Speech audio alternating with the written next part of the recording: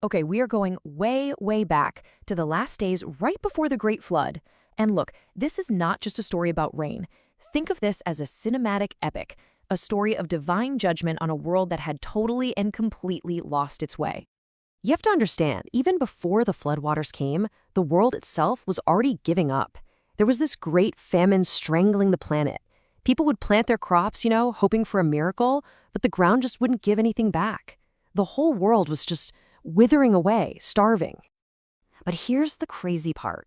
Even as they were suffering, even as the very earth beneath their feet was failing them, humanity just refused to turn back to God. In fact, they doubled down, digging deeper and deeper into their rebellion. The physical rot of the world, that was just an echo of what was happening in their souls. And as that spiritual darkness started to spread, the last little beacons of hope, they began to flicker out, one by one. It's into this decaying world that a child is born to a man named Lamech. And this kid, he's different. He's set apart. His grandfather Methuselah calls him Noah, which means rest, foreseeing a time of peace. But his father, Lamech, calls him Menasham, meaning comfort, a desperate prayer for relief from this cursed ground. Two names, one incredible destiny. And as Noah is growing up, look at this timeline. The great patriarchs from Seth's faithful line are passing away. Enos, Canaan, Mahalalel, Jared. Each death is like another light going out on earth, and some of the sources suggest this was actually an act of mercy. God was sparing these righteous men from having to see the terrible judgment that was about to be unleashed. So, with all the wise elders gone, the world just spirals completely out of control. And while all this chaos is happening on earth, our perspective is about to shift. Way, way up to the heavens. The archangels, we're talking Michael, Uriel, Raphael, and Gabriel, they look down from the celestial realm, and what they see is a planet literally drowning in its own bloodshed. The lawlessness is so bad, they say the soul of the earth itself is screaming for justice right at the gates of heaven. And when they plead their case before God, they name names. They pinpoint the source of this infection. See, it's not just that humans failed. It's that a sickness was introduced by a fallen angel, a watcher named Azazel. He's the one who ripped open the veil and revealed secrets humanity was never, ever supposed to know. So the root of all this, a watcher named Semjaza and his followers completely abandoned their posts. They came down to earth, they took human wives, and they fathered these monstrous children, the giants. And worse, they taught humanity things like warfare, sorcery, cosmetics, unleashing this wave of violence and vanity that just corrupted everything. And God saw it all. He looked down, and what he saw was that the corruption was total. It wasn't just in what they were doing, it was in what they were thinking. Every single imagination of the human heart was only evil all the time. His creation had become a twisted perversion of his design, and at that point, judgment was inevitable. So while heaven is preparing its verdict, down on earth, one man can feel the storm coming. Noah sees the world literally trembling on the brink of collapse, and he sets off on a desperate search for answers. As the world just completely sinks into ruin, Noah travels to the ends of the earth. He's looking for his great-grandfather Enoch, the man who walked with God, the man who now exists somewhere between worlds. And in this bitter voice, he just cries out 3 times, "Hear me, hear me, hear me."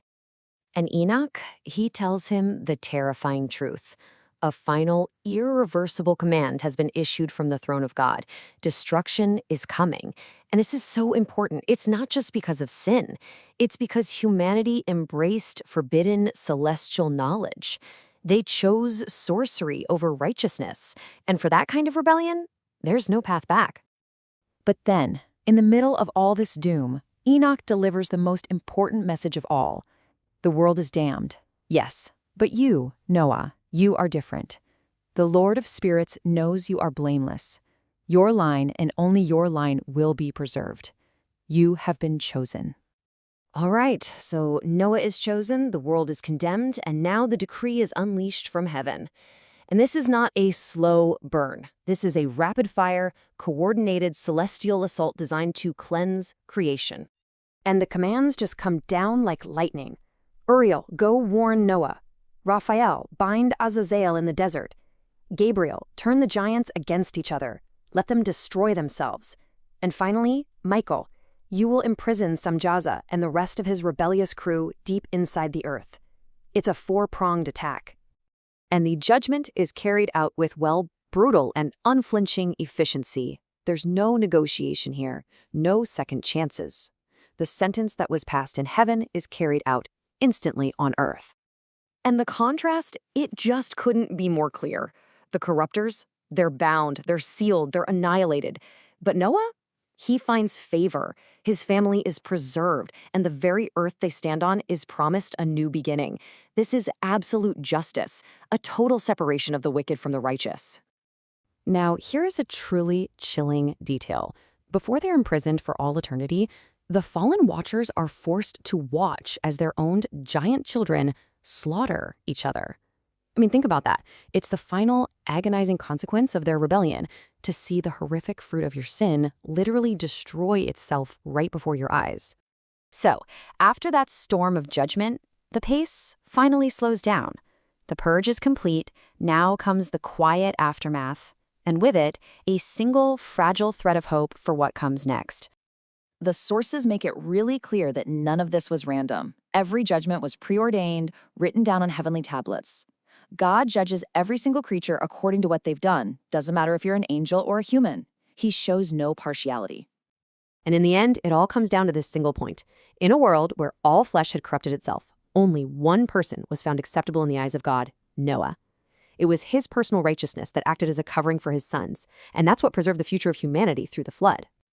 Which leaves us with a final, really heavy question to think about. When the entire world is wiped clean by fire and water, what is the true weight, the true burden of being the one person who was saved?